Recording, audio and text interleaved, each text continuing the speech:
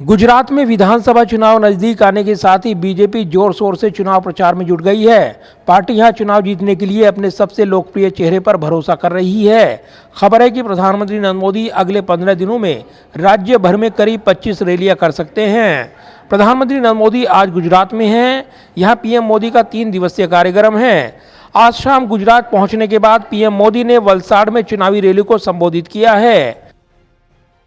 अगले दिन पीएम मोदी सोमनाथ मंदिर जाएंगे और फिर सौराष्ट्र क्षेत्र में 4 रैलियों को संबोधित करेंगे। पीएम मोदी वेरावल, धोरारजी, अमरेली और बोटाड में रैलियों को संबोधित करेंगे। पिछले विधानसभा चुनाव में बीजेपी सौराष्ट्र की इन विधानसभा सीटों पर जीत नहीं पाई थी। ऐसे में बीजेपी ने राज्य में चुनाव तो जीता, लेकिन कांग्रेस के इस गढ़ को नहीं तोड़ पाई। इस बार कांग्रेस के गढ़ में सेंध लगाने में बीजेपी पूरे जोर आजमाइश में जुटी हुई है। गुजरात में तीसरे दिन पीएम मोदी सुरेंद्रनगर, भरूच और नवसारी में 3 रैलियां करेंगे।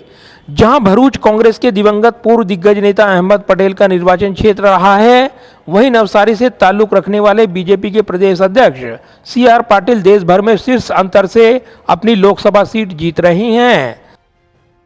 बीजेपी के राष्ट्रीय अध्यक्ष जेपी नड्डा भी गुजरात में 15 से अधिक चुनावी रैलियां कर सकते हैं। पार्टी ने पहले ही बीजेपी शासित राज्यों के मुख्यमंत्रियों सहित 40 नेताओं की स्टार प्रचारक सूची तैयार कर ली है। उनके कम से कम 2-3 दिनों तक प्रचार करने की उम्मीद है। इसके दौरान वो कम से कम 2 से 3 चुनावी रैलियां करेंगे। वहीं गृह मंत्री अमित शाह के अलावा उत्तर प्रदेश के मुख्यमंत्री योगी आदित्यनाथ और असम के मुख्यमंत्री हेमंत बिस्वा शर्मा को राज्य में प्रचार करने के लिए उम्मीदवारों की भारी मांग है।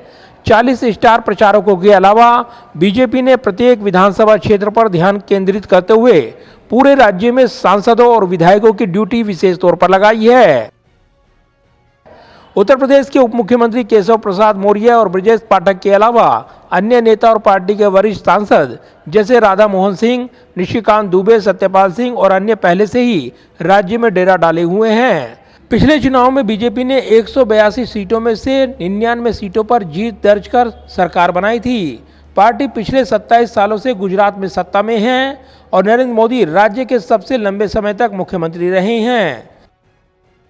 इस बार पीएम मोदी, अमित शाह और सीआर पाटिल के नेतृत्व में पार्टी सबसे ज्यादा 150 से अधिक सीटें हासिल करने का लक्ष्य लेकर चल रही है। गुजरात लंबे समय से बीजेपी का गढ़ रहा है और पार्टी 7वें कार्यकाल के लिए सत्ता में वापसी की कोशिशों में जुटी है।